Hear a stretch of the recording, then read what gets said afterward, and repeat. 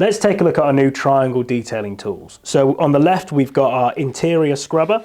Now the nice thing about these is this triangle shape is much more comfortable to hold, and you can really bear down and scrub into something compared to something like the sort of flat pads that you see everywhere. I wanted something I could actually hold on to.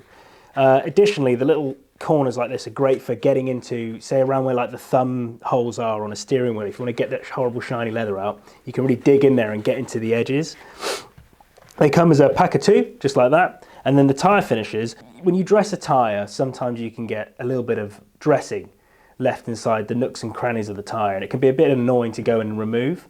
Also, if you have something like a spray tyre dressing like our Ink V2, it's quite nice to be able to just spritz onto a tyre finish like this, and these little twist loop fingers are perfect for getting into those little grooves on the outside of the tyre and really get that 100% finish that you're looking for without any sort of globs of tyre dressing left in any areas.